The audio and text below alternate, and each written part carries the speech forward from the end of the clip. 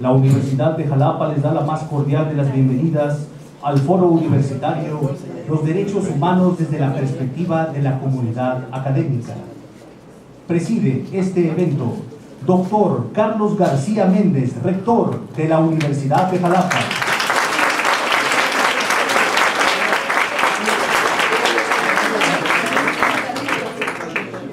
Le acompañan en el presidio licenciado Juan Antonio López Jiménez, director general adjunto para la implementación de la reforma constitucional de derechos humanos de la Secretaría de Gobernación y representante personal del doctor Ricardo Sepúlveda Higuines, director general de Política Pública de Derechos Humanos de la Secretaría de Gobernación. Lo recibimos con un fuerte aplauso.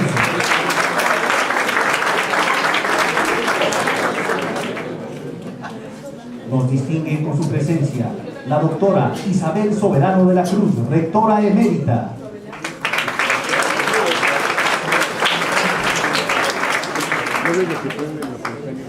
Nos acompaña el doctor Eric García Herrera, vicerrector.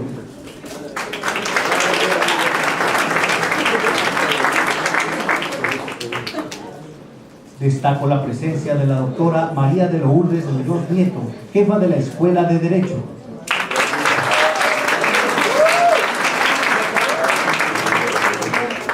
Queridas autoridades que nos acompañan, colegas y amigos, destaco también la presencia del representante en Veracruz de la Barra Interamericana de Abogados, maestro Agustín Carpio Pérez.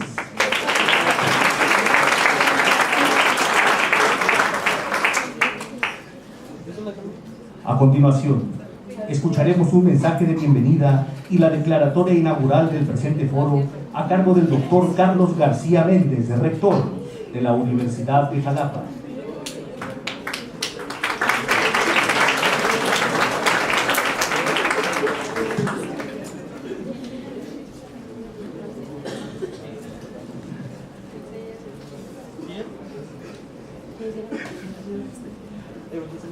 Muy buenos días, tengan todas y todos los aquí presentes.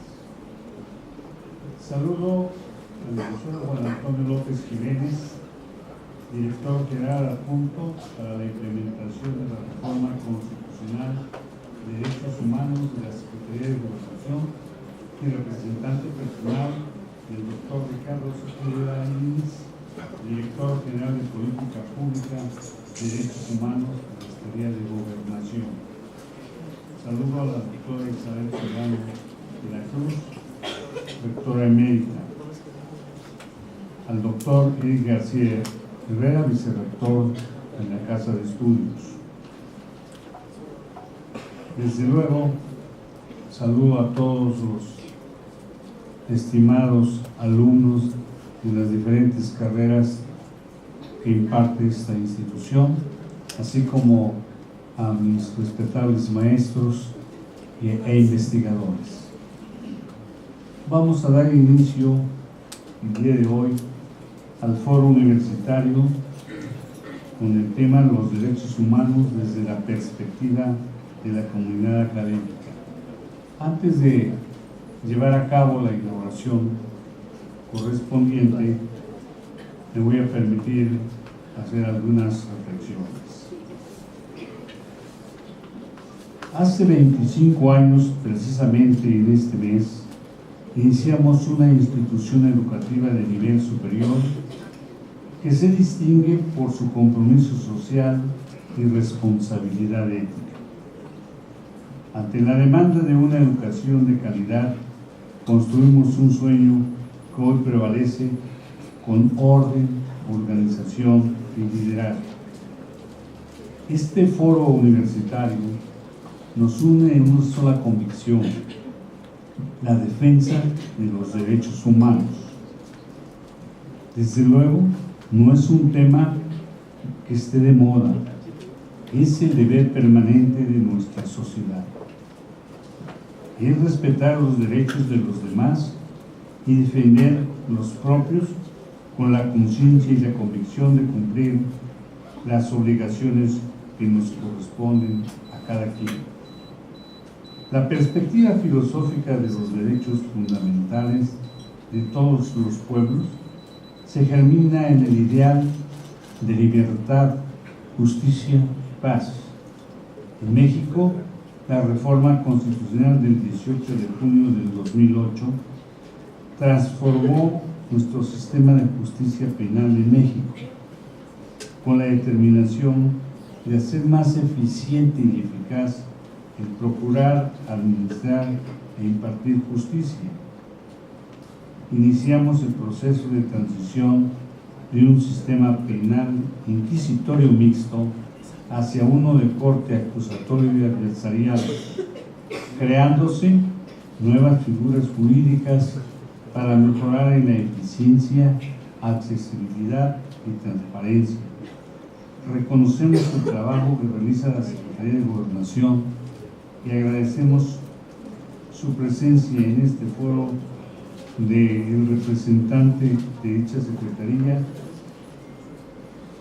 y desde luego desde aquí saludamos al doctor Ricardo Sepúlveda, director general de Políticas Públicas de Derechos Humanos de la Secretaría de Gobernación. Hablar de los derechos humanos, podríamos estar aquí a lo mejor toda la mañana y varias horas más. Hablar de los derechos humanos es hablar de la dignidad y la esencia misma del ser humano. Los derechos humanos son sus derechos. Su deber es conocerlos, entenderlos, tomarlos, defenderlos, nutrirlos y difundirlos desde luego. Su riqueza es incalculable. Nunca permitan ustedes que cualquier acto que lo lastime sea consentido. En la actualidad, mucha gente solo se preocupa por sus derechos de forma egoísta. Hay que recordarles que también tienen deberes y responsabilidades. Los derechos y las obligaciones siempre van de la mano. No se entiende unos sin los otros. México es un país de leyes y su pueblo con esperanza confía en la fuerza de su principio que mandata nuestra constitución política. El pueblo exige respeto a la legitimidad de sus libertades y derechos humanos. Por ello estamos aquí en este foro precisamente universitario para defender cada derecho humano con las armas de la inteligencia, el conocimiento y la ley, y así garantizar un mundo mejor en paz. Un mundo mejor en paz.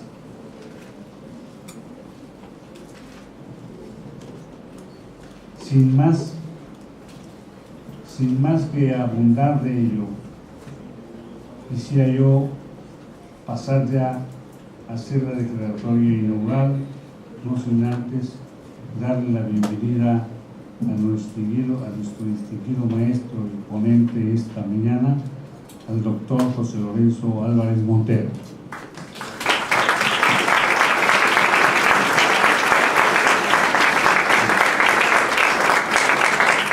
También, antes de proceder a la inauguración, pues en Jalapa estamos de luto.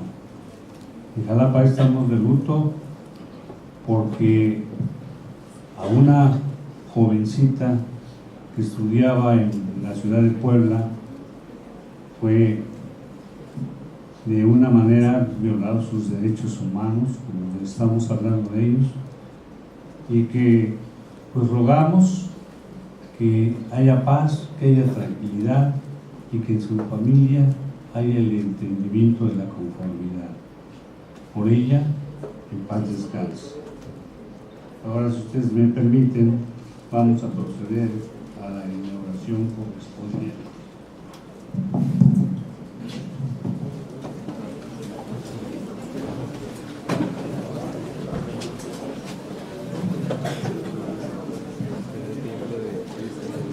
Siendo las 9:30 de este día 18 de septiembre del año 2017, Me permito declarar inaugurados formalmente los trabajos académicos del presente Foro Universitario, los derechos humanos desde la perspectiva de la comunidad académica, y deseo que se encuentren y alcancen las expectativas que cada uno de ustedes se ha fincado para este evento. Quiero saludar muy puntualmente a la doctora, que también es nuestra ponente, es la doctora Namiko Matsumoto Benítez, presidenta de la Comisión Estatal de los Derechos Humanos. Muchas gracias.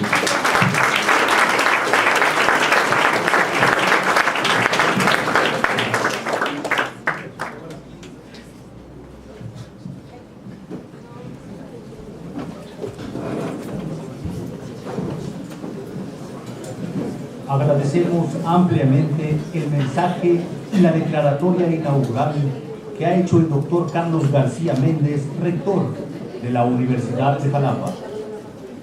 A continuación, pedimos a nuestras autoridades ocupen sus lugares al frente de este recinto y solicitamos permanezcan en el presidium quienes nos distinguirán con sus valiosas intervenciones en esta primera parte del foro que nos ocupa.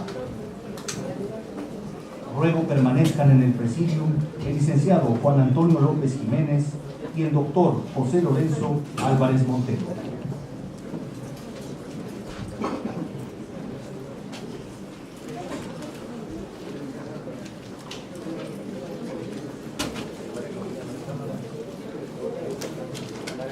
Rogamos también a nuestra distinguida doctora Namiko Matsumoto Benítez nos distinga con su presencia en el presidium.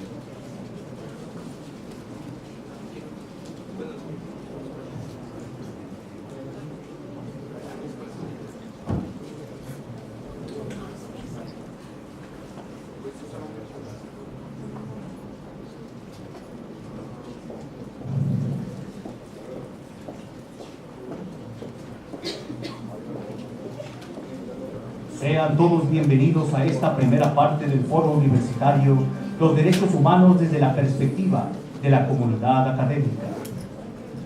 Para comenzar, escucharemos la valiosa intervención del licenciado Juan Antonio López Jiménez, quien es director general adjunto para la implementación de la reforma constitucional de los derechos humanos de la Secretaría de Gobernación, quien nos disertará la conferencia La armonización legal en materia de derechos humanos. Pero antes de cederle el uso de la voz, me permito leer unas breves líneas de su amplia trayectoria profesional. El licenciado Juan Antonio López Jiménez es licenciado en Derecho por la Universidad Panamericana, con especialidad en Alta Dirección de Entidades Públicas, por el Instituto Nacional de Administración Pública. Ha sido asesor jurídico en la oficina de la Presidencia de la Suprema Corte de Justicia de la Nación, durante la gestión del ministro Mariano Azuela Huitrón. Fue visitador adjunto en la Dirección General contra la Trata de Personas de la Quinta Visitaduría General y en la Dirección General de Presuntos Desaparecidos de la Primera Visitaduría General de la Comisión Nacional de los Derechos Humanos. Actualmente es director general adjunto para la implementación de la reforma constitucional de derechos humanos de la Secretaría de Gobernación. Sin duda, estamos en presencia de un extraordinario ponente. Por ello, pido para él nuevamente un fuerte aplauso.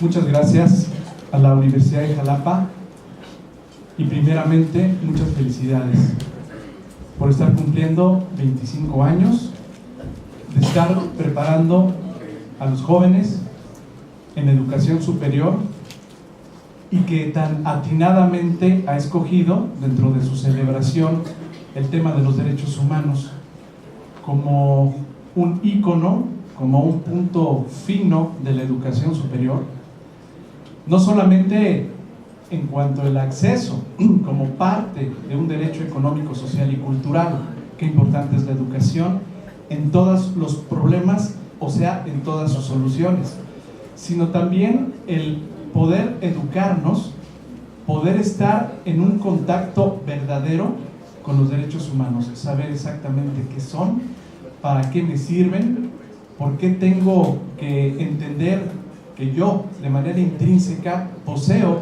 los derechos humanos. ¿Eso para qué? Pero haciéndonos estas preguntas, sí, sencillas, pero a través de la educación superior, donde empezamos a investigar, donde se analizan las cosas más allá. Y haberlo hecho justo en el 25 aniversario nos parece, como Secretaría de Gobernación, algo muy atinado, algo muy importante, porque se está hablando de un tema de futuro.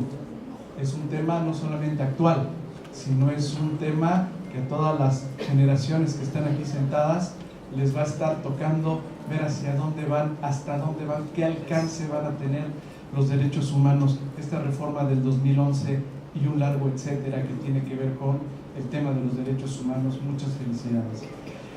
Gracias al doctor Carlos García Méndez, rector de la Universidad de Jalapa, al vicerrector Eric García Herrera, a la rectora emérita, la doctora Isabel Soberano de la Cruz. Muchas gracias a la doctora Namiko Matsumoto Benítez, presidenta de la Comisión Estatal de Derechos Humanos del Estado de Veracruz, por estar aquí acompañándonos, al doctor José Lorenzo Álvarez Montero, y disertar, platicar, conversar sobre los derechos humanos, sobre los principios constitucionales, que es el caso que me ha tocado abordar con mucho gusto, sobre todo por ser de mayor interés para una secretaría que le tocó el tema de los derechos humanos, a la Secretaría de Gobernación.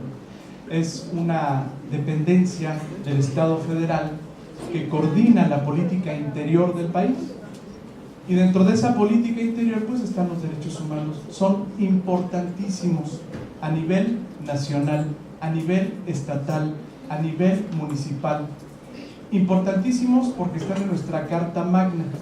Y fíjense ustedes qué curioso, que el legislador no fue a poner la reforma de derechos humanos a algún artículo por ahí escondido, por ahí en alguna fracción o en algún bis.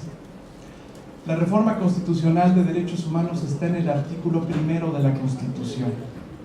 La Constitución, que no es solamente de la Secretaría de Gobernación, es nuestra Constitución, la de ustedes, la de los niños, la de las mujeres, la de los hombres, la de los mexicanos, la de los no mexicanos. Una Constitución que se abre a la protección de los derechos humanos de las personas. Ese es, digamos, uno de los principales elementos de la reforma. Es una reforma que protege a las personas por el simple hecho de ser personas. Y a partir de ahí, a partir de esta concepción de total igualdad, de cero discriminación, porque eres persona, yo reconozco tus derechos humanos, es que se vuelve un tema muy importante. Antes hablábamos de las garantías individuales, y con esto quiero abrir esta exposición de lo que son los principios constitucionales. Y hablar de garantías individuales no estaba mal, simple y sencillamente se hablaba de la protección que se le daban a unos derechos fundamentales consagrados en la Constitución, consagrados en los tratados internacionales. Y nos quedábamos en esa parte jurídica de los derechos humanos. Los derechos humanos en realidad los teníamos contemplados como garantías individuales. Cambia el título primero del capítulo primero de la Constitución. Ya no es de las garantías individuales. Hoy son los derechos humanos y sus garantías. Nosotros, como generaciones de abogados que han estado saliendo de las universidades, mi generación es una generación del doctor Burgoa en cuanto a las obras que teníamos que leer, y uno de sus libros era precisamente de las garantías individuales. Pero tampoco se trata de un borrón y cuenta nueva.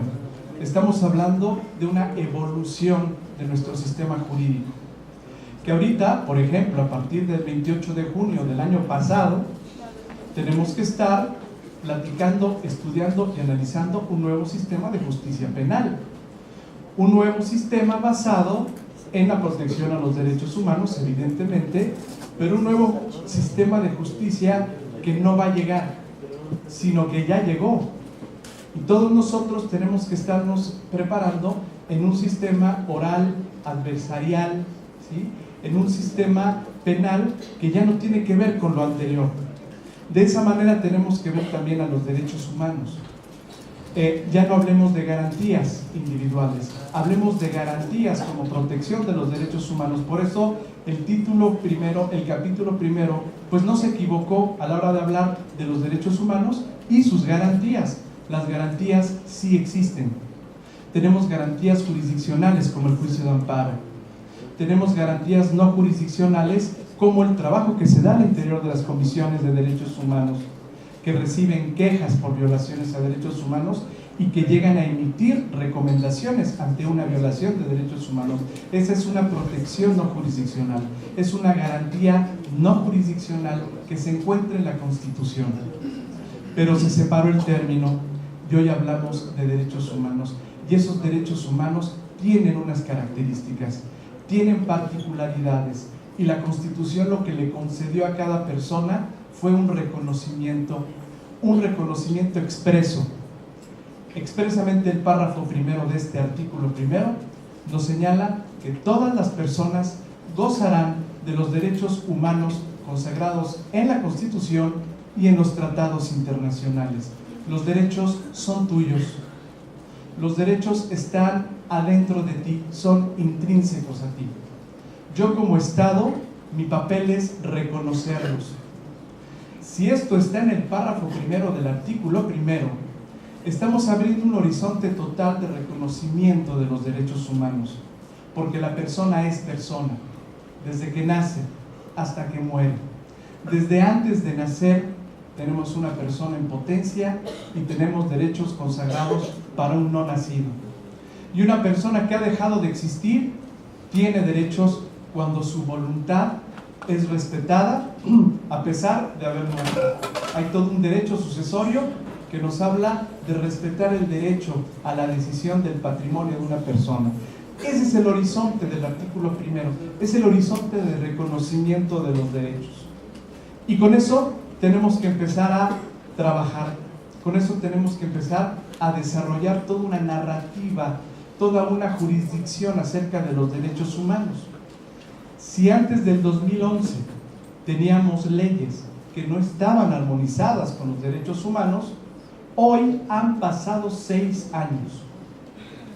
6 años en donde esta reforma tiene que irse integrando a todo el sistema legislativo, reglamentario, administrativo, es decir, a todo el sistema jurídico de una administración pública, de un poder legislativo, de un poder judicial.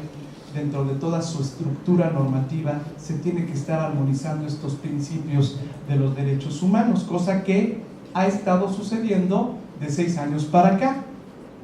Les pongo unos ejemplos de normas armonizadas conforme a esta reforma. La Ley General de Víctimas, la Ley General para los Derechos de Niñas, Niños y Adolescentes, todo este sistema normativo del nuevo sistema de justicia penal, una ley para prevenir, combatir y eliminar la tortura, una nueva Ley Nacional de Ejecución Penal. Son leyes federales que van saliendo ya, la Ley de Migración, con una cierta armonización respecto de la reforma, respecto de cómo deben de ser entendidos hoy los derechos humanos, con esas particularidades y con esas características novedosas para nuestro país, porque estábamos fundamentalmente arraigados en un sistema nacional legislativo en donde teníamos a los tratados internacionales y a todo el derecho internacional de los derechos humanos como una orientación para nuestras leyes nacionales. Hoy los tratados internacionales están a la par, gozan la superioridad de la Constitución. Es otra cosa que tenemos que entender. Hoy, además de que nuestros derechos están reconocidos, ahora los podemos defender conforme a la Constitución y conforme a los tratados internacionales. Ese es el primer ejercicio pro persona. El principio pro persona es uno de los principios consagrados en el párrafo segundo del artículo primero de la Constitución, que nos dice que ante una situación de interpretación, incluso de aplicación, no lo dice la Constitución, nosotros vamos a elegir aquella norma que favorezca más los derechos de la persona.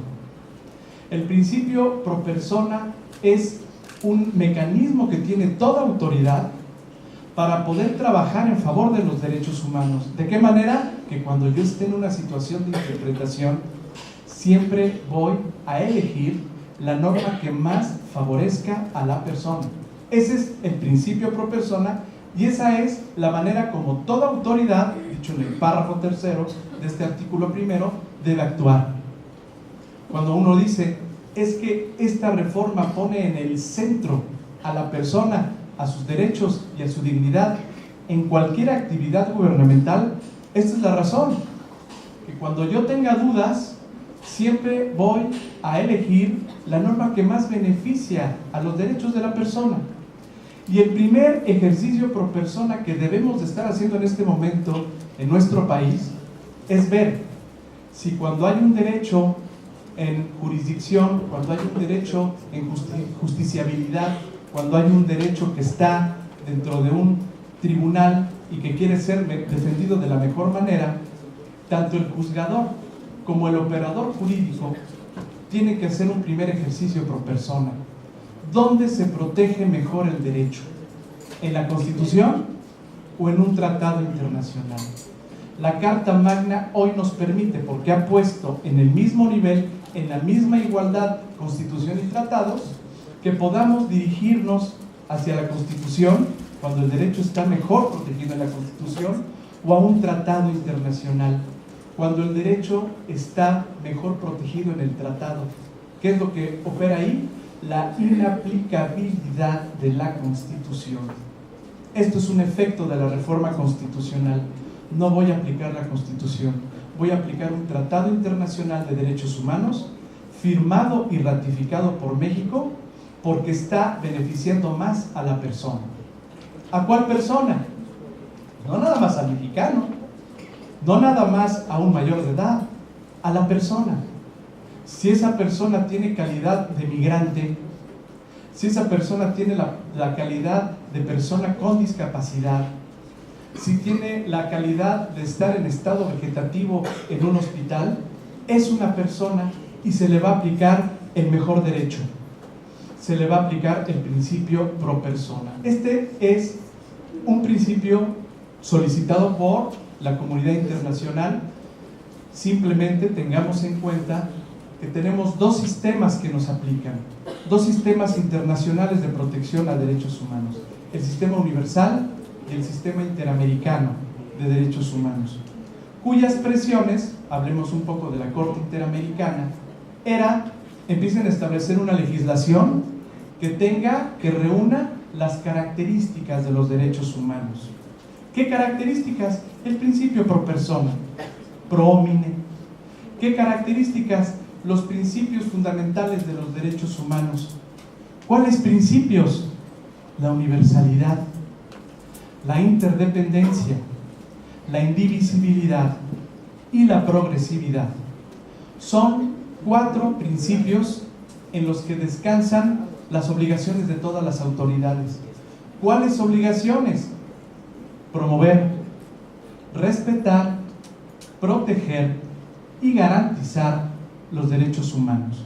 ¿Se fijan ustedes cómo esto empieza a estar mejor cimentado?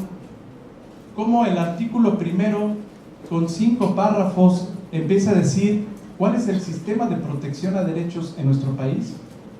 Todas las autoridades, en el ámbito de sus competencias, tienen la obligación, tienen 4 obligaciones: promover, respetar, proteger y garantizar derechos humanos.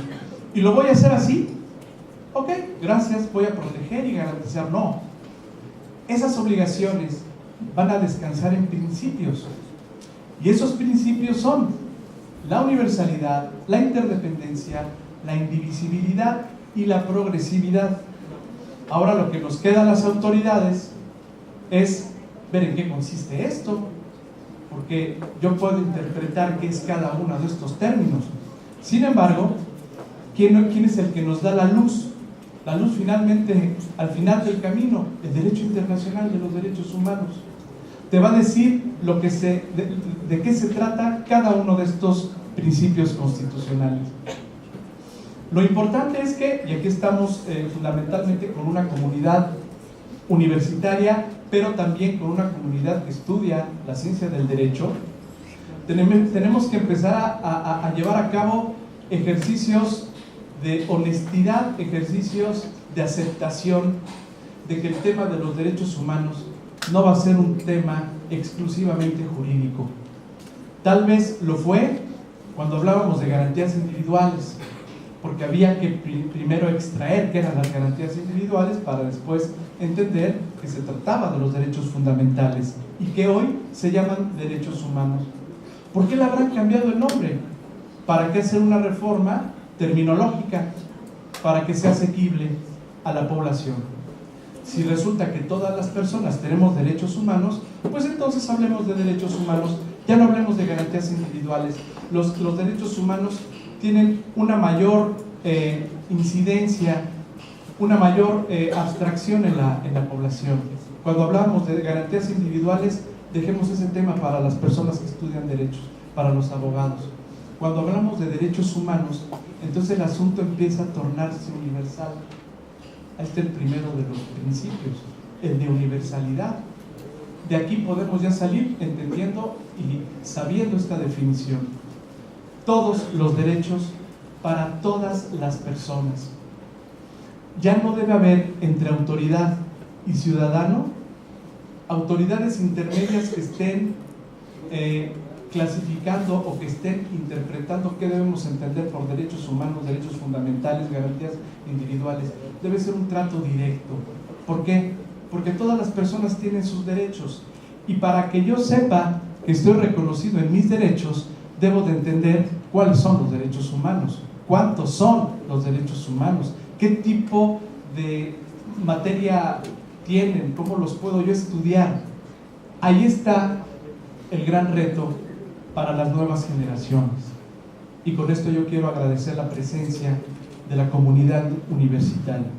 Cuando yo hablo de comunidad universitaria, me refiero a la parte del claustro de profesores que también están aquí, y también evidentemente a toda la comunidad de alumnos que ahorita están estudiando una carrera y que estamos en septiembre del 2017. Los derechos humanos tienen un cierto tamaño, los derechos humanos tienen una conformación que no es la definitiva. Aquí no venimos a hablar de cosas ya hechas, sino de cosas que se vienen haciendo. ¿Desde hace cuánto? Desde hace aproximadamente 50 años, si hablamos de la Declaración Universal de los Derechos Humanos como punto de partida de una concepción moderna de los derechos humanos, es decir, una concepción donde los derechos humanos, en los derechos ya estaban involucrados los hombres y las mujeres. 10 de diciembre de 1948. De ahí para acá, los derechos humanos han ido progresando. Y ahí está el otro principio de la Constitución, la progresividad. Todos los derechos humanos han ido progresando. Y si le sacamos una foto al 18 de septiembre del 2017, pues ahí están los derechos progresando. ¿Hacia dónde van? No lo sabemos. Y eso va a ser tarea de ustedes. Cuando hablamos de derechos humanos, no hablamos de cosas ya realizadas, ya hechas, y ahora sí les voy a decir, y en este libro está todo lo referente a los derechos humanos. Hay una dinámica, y esa dinámica es fuerte. Pensemos en los derechos de las personas de la comunidad lésbico, gay, transexual, transgénero, transvesti, la LGTBI, intersex. Todos estos derechos, ¿cómo han ido progresando? Las personas que pertenecen a estas comunidades, ¿cómo los han defendido? Hay cosas que tenemos que, hay ejemplos claros de cómo se defienden los derechos. Nos decían en algún foro, los derechos humanos se conquistan. ¿Y la autoridad qué le queda? Cuando ya los tiene reconocidos, los respeta. Pero la sociedad los conquista. Nuestra Revolución Mexicana fue una conquista sangrienta de derechos sociales, de los derechos del trabajo, derecho al trabajo, los derechos laborales, de los derechos al patrimonio comunitario, el derecho a la tierra. Todos estos son derechos económicos, sociales y culturales. Y las conquistas se dan y se seguirán dando. ¿Cuál es el papel de las autoridades? Respetarlos, protegerlos, garantizarlos y no meternos en esa evolución, porque los derechos evolucionan. Y hoy, como les digo, tienen unas dimensiones, pero seguramente cuando ustedes salgan de la universidad, cuando ustedes sean servidores públicos o no, porque esto no es un tema exclusivo de gobierno, van a estar viendo unos derechos humanos más progresivos. Y frente a esto, van a tener que estar desarrollando mecanismos de protección a esos derechos. Así tenemos que concebir a los derechos humanos, como algo que no se ha detenido, como algo que desde el 10 de diciembre de 1948 no han hecho otra cosa que consolidarse. Ningún derecho ha dado la vuelta, ningún derecho se ha hecho más chiquito. Entonces, ¿qué tenemos que hacer como autoridades? Enfrentarlos, trabajar con los derechos humanos, sacarlos de pequeñas cajitas reduccionistas de los derechos humanos.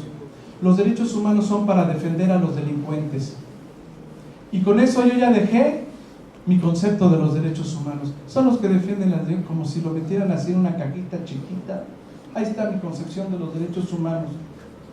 Cuando el asunto nos trasciende, cuando el asunto es, si no te pones las pilas, gobierno, los derechos humanos te pueden sobrepasar. Y eso puede llevar a muchas cosas. Entonces, lo que se tiene que hacer es toda una política pública de derechos humanos para empezar a trabajar en un sistema que nos dio la reforma constitucional del 10 de junio del 2011.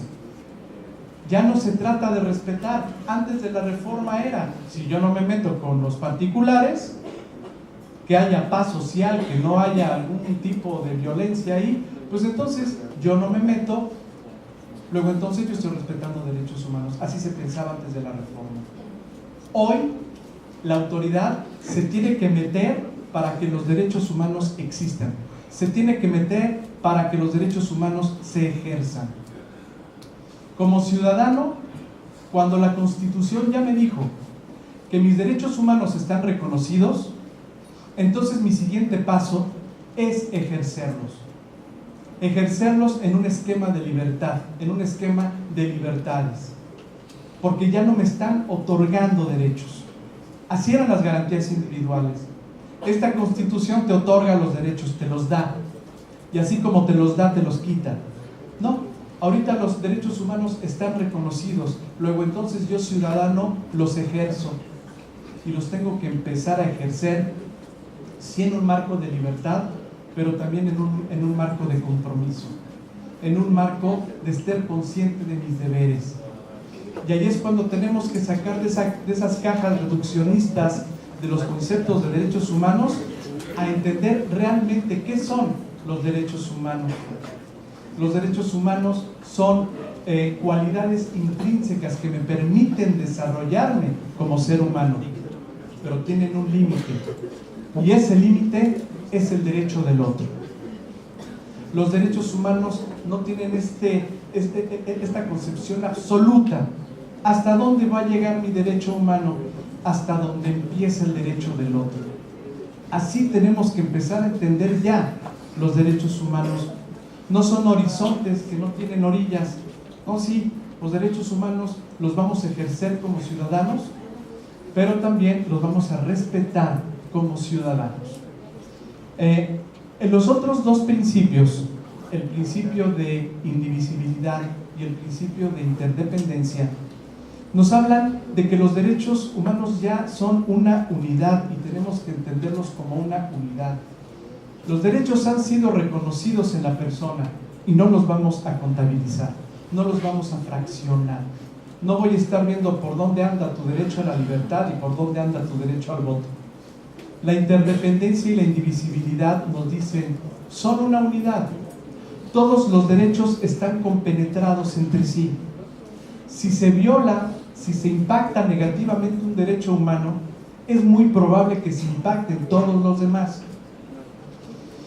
En una situación de arraigo, donde la persona es privada de su libertad en la fase de determinación de la acción o no acción penal por parte de un ministerio público que puede tener a una persona hasta por 80 días y de la cual nació la tesis 294-2011, que si me da tiempo la platico, en una situación de arraigo que implica la libertad de la persona, que se le restringe de manera legal esa libertad.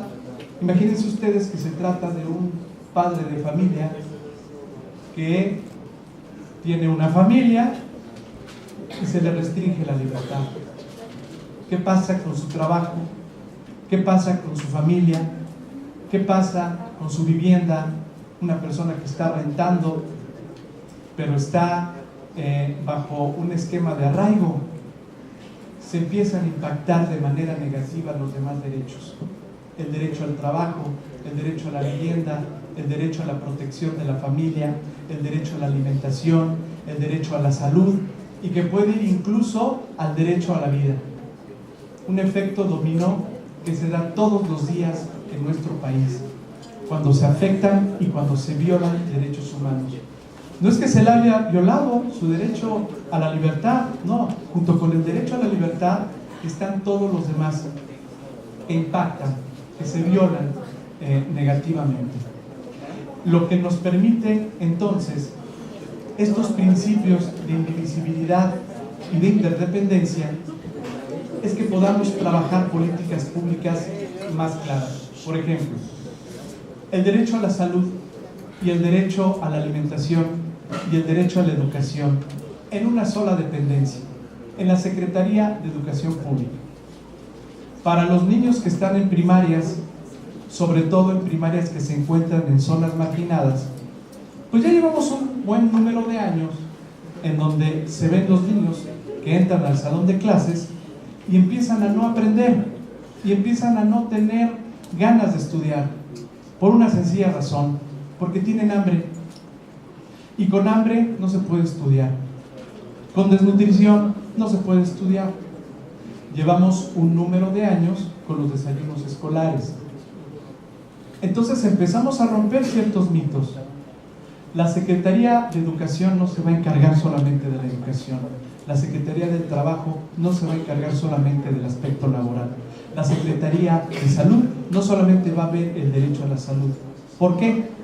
Está en el artículo primero, por una situación de interdependencia y de indivisibilidad de derechos. Si los niños comen, desayunan primero, pues entonces van a aprender, entonces van a estudiar. Se instauran los desayunos escolares, derecho a la alimentación, para permitir el derecho a la educación. Todas las entidades, todas las dependencias federales, estatales y municipales deben ir tejiendo políticas públicas que no involucren a un solo derecho, sino que involucren a muchos derechos, que se trabaje con derechos preponderantes. Nuestras capacitaciones que damos desde la Subsecretaría de Derechos Humanos a la Administración Pública Federal van en ese sentido. Que no nada más una Secretaría de Estado, una dependencia, una entidad se centre en un solo derecho. Ahora tiene que estar pensando de manera integral, por la interdependencia. Las facultades de derecho deben de ir entendiendo que las otras facultades también tienen que ver con derechos humanos. ¿Por qué? Por una cuestión de interdependencia. Ya no es un asunto exclusivo de los abogados, los derechos humanos, ya no lo es. desde el momento que le pusieron derechos humanos.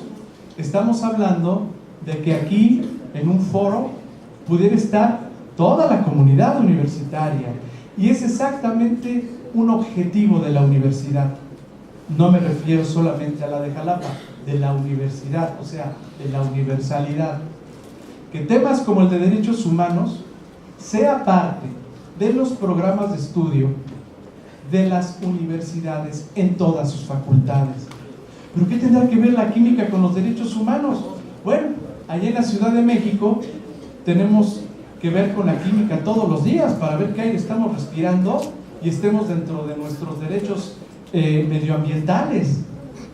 Qué importante es la química para los derechos humanos hoy en día en la Ciudad de México.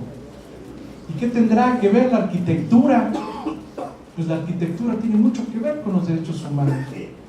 La arquitectura, por ejemplo, nos permite ver cómo debe ser una vivienda digna, porque hay muchas viviendas, pero no todas son dignas. Presidentes municipales, ustedes vean en las redes, hoy la tecnología está también a favor de los derechos humanos. Vean ustedes lo que ha sucedido con presidentes municipales que empiezan a construir vivienda para personas indígenas, para pueblos y comunidades indígenas. Ahí está tu casa, aunque sea un cuarto ahí con un tinaco arriba. Bueno, pero ya no se van a estar en la calle mojando cuando llueva, ya se pueden meter a su casa. Falta la dignidad. Falta la dignidad y falta el estudio, falta el entender qué son los derechos humanos, cuál es la parte de la dignidad en los derechos humanos. No se trata de aventar derechos, se trata de otorgar derechos con dignidad. Y la arquitectura nos permite saber cuáles son los mínimos para una vivienda digna, cuántas piezas debe de tener, dónde debe haber una cocina y dónde debe haber un baño y dónde debe haber una recámara. Son mínimos establecidos por el derecho internacional de los derechos humanos, en su vertiente arquitectura, y así nos podemos ir con todas y cada una de las facultades: ciencias políticas, filosofía, sociología, las ciencias vinculadas a las ciencias exactas, las ciencias biológicas, las ciencias económicas, también deben de estar en contacto con los derechos humanos. El papel de los abogados sigue siendo sin duda trascendental, porque como les digo, este asunto no está acabado. También nosotros tenemos que ir valorando hasta dónde va una sentencia nacional o una sentencia internacional de derechos humanos. Como abogados tenemos que saber hasta dónde va el juicio de amparo, si el juicio de amparo que tenemos está a la altura de los derechos humanos actualmente concebidos o tiene que seguir cambiando. Hay muchos asuntos de los abogados, imagínense ustedes, todo el sistema de justicia penal es nuevo, es oral, ya no es escrito. Tenemos que estar ahora concibiendo lo que sigue después para apoyar el nuevo sistema de justicia. Sin duda, son tareas que les van a tocar a ustedes, a nuestros hijos, a nuestros nietos, y se va a seguir trabajando. ¿Bajo qué enfoque o con qué objetivo? De que los derechos humanos cada vez sean más protegidos, más garantizados, sean más respetados. Hoy tenemos fórmulas, hoy tenemos leyes armonizadas conforme a los principios constitucionales, hoy tenemos mecanismos, pero falta todavía para resguardar derechos tan fundamentales como el de la seguridad, derechos tan fundamentales como el de la salud.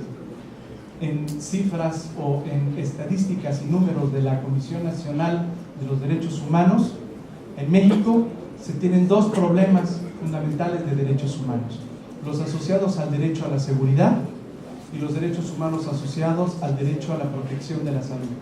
Son nuestros dos principales problemas de derechos humanos, junto con todos los demás. Por eso podemos ver que las instituciones que más violan derechos humanos están ligadas a la seguridad y están ligadas a la salud. Entonces, tenemos que seguir trabajando como gobierno y como sociedad en pro de la protección de los derechos humanos. Afortunadamente, tenemos una línea de acción muy clara que se llama Constitución, que nos está diciendo cómo deben de ser las cosas, sin perdernos, sin perdernos en un documento que nos hable mucho de los derechos humanos o que inclusive nos hable de cosas que dicen que son derechos humanos y en realidad no lo son. Cuando estemos hablando de un sistema claro, preciso, sencillo de derechos humanos, veamos la Constitución, y eso es con lo que yo finalizaría esta intervención con una tarea fundamental para todos los que estamos aquí reunidos: que vayamos a la Constitución, que leamos la Constitución. Hoy este año se están cumpliendo 100, desde 1917 a la fecha, que ha tenido, ustedes lo saben, muchas reformas. Pero si pudiéramos definir qué es lo que sucedió en 1917 y en qué vino a parar en el 2017, es en una gran reforma de derechos humanos. La Constitución se humanizó. La Constitución, en ese artículo primero, está reconociendo los derechos humanos de todas las personas. No es un asunto menor, no es un asunto que, sí, hubo una reforma por ahí del 2011, es una Constitución transformada. De eso estamos hablando 100 años después de la Constitución. Lo menos que podemos hacer es leerla, releerla y entender cuáles son nuestros derechos y cómo podemos ejercerlos. Yo les agradezco mucho y continuamos con la sesión. Muchas gracias.